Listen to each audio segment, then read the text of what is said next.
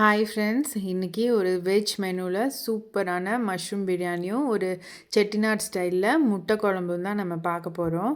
First வந்து 3 பெரிய வெங்காயம் எடுத்து வச்சுக்கோங்க. அதை நீட்டமாக கட் பண்ணி வச்சுக்கோங்க. அதுக்கப்புறம் 3 பச்சை மிளகாய் நான் எடுத்திருக்கேன். உங்களுக்கு காரம் அதிகமாக வேணும்னா நீங்கள் எக்ஸ்ட்ரா கூட எடுத்துக்கலாம்.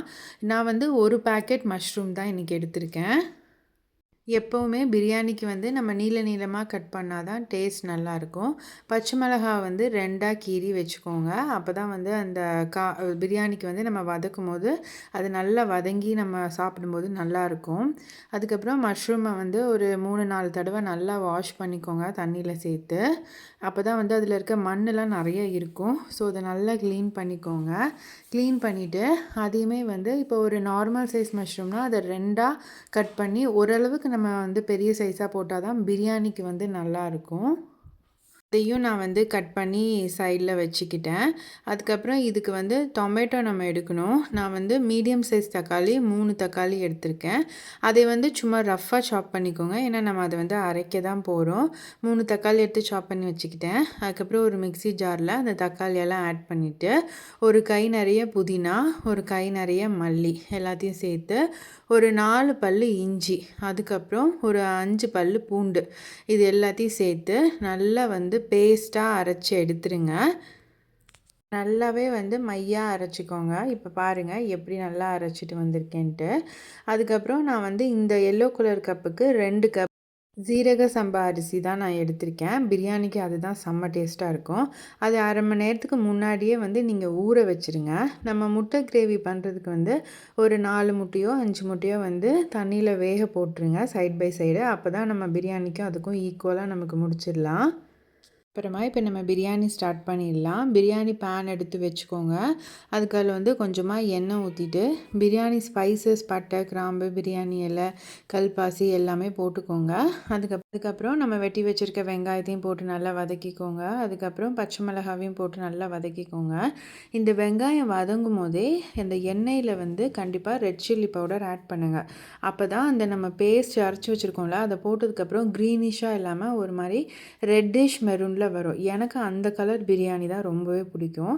அதை நல்லா வதக்குனதுக்கப்புறம் ஒரு 2 டேபிள் ஸ்பூன் அளவு தயிர், நல்லா கெட்டியான தயிர் சேர்த்துக்கோங்க. அதையும் நல்லா வதக்கிட்டு தேவையான அளவு உப்பு சேர்த்து நல்லா வதக்கிட்டு நம்ம கட் பண்ணி வச்சுருக்க மஷ்ரூமை சேர்த்து அந்த மசாலாவில் நல்லா கோட் ஆகிற மாதிரி நல்லாவே வதக்கணும். இந்த ஸ்டேஜில் வந்துட்டு பச்சை வாசனை போகிற அளவுக்கு நம்ம வெயிட் பண்ணணும். அப்போ தான் நம்ம வந்து தம் போடும்போது நல்லா ஒரு ஃப்ளேவர் கிடைக்கும் நமக்கு பிரியாணிக்கு. பாருங்கள் எப்படி நல்லா வதங்குது பாருங்கள். இந்த ஸ்டேஜில் வந்துட்டு நம்ம வெயிட் பண்ணி நல்லாவே வதக்கணும். ஒரு கப்பு அரிசிக்கு வந்து ஜீரக சம்பாவில் வந்துட்டு நீங்கள் வந்துட்டு 2 கப்பு தண்ணி ஊற்றலாம்.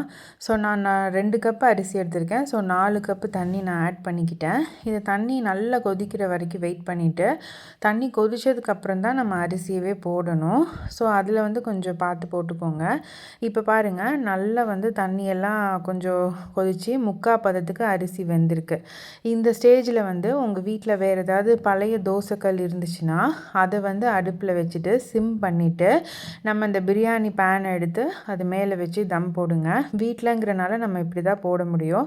ஒரு 20 நிமிஷம் கழித்து திறந்து பார்த்தீங்கன்னா செம்மையாக உதிரியாக பிரியாணி ரெடி ஆகிருக்கும்.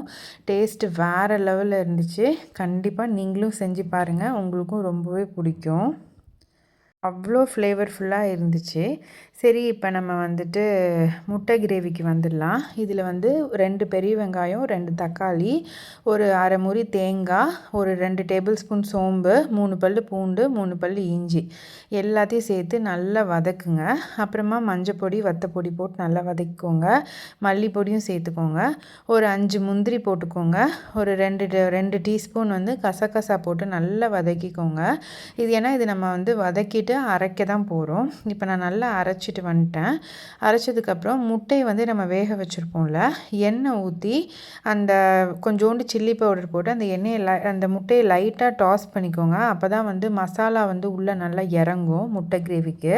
இல்லைனா கிரேவி நம்ம பண்ணதுக்கப்புறம் முட்டையில் வந்து வெள்ளை கலர்லேயே இருக்கும். ஸோ இதுக்கு நம்ம வதக்கிட்டோன்னா ஒரு மாதிரி முட்டையுமே மசாலாவோடு இருக்கும். ஸோ நல்லாயிருக்கும்.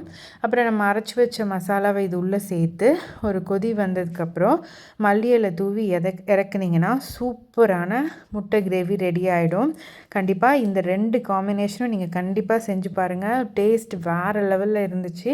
இது கூட வந்து நான் குக்கும்பர் ரைத்தா பண்ணியிருந்தேன். அதையும் வந்து நீங்கள் செஞ்சு சாப்பிட்டு பாருங்கள். செம்ம டேஸ்ட்டாக இருக்கும்.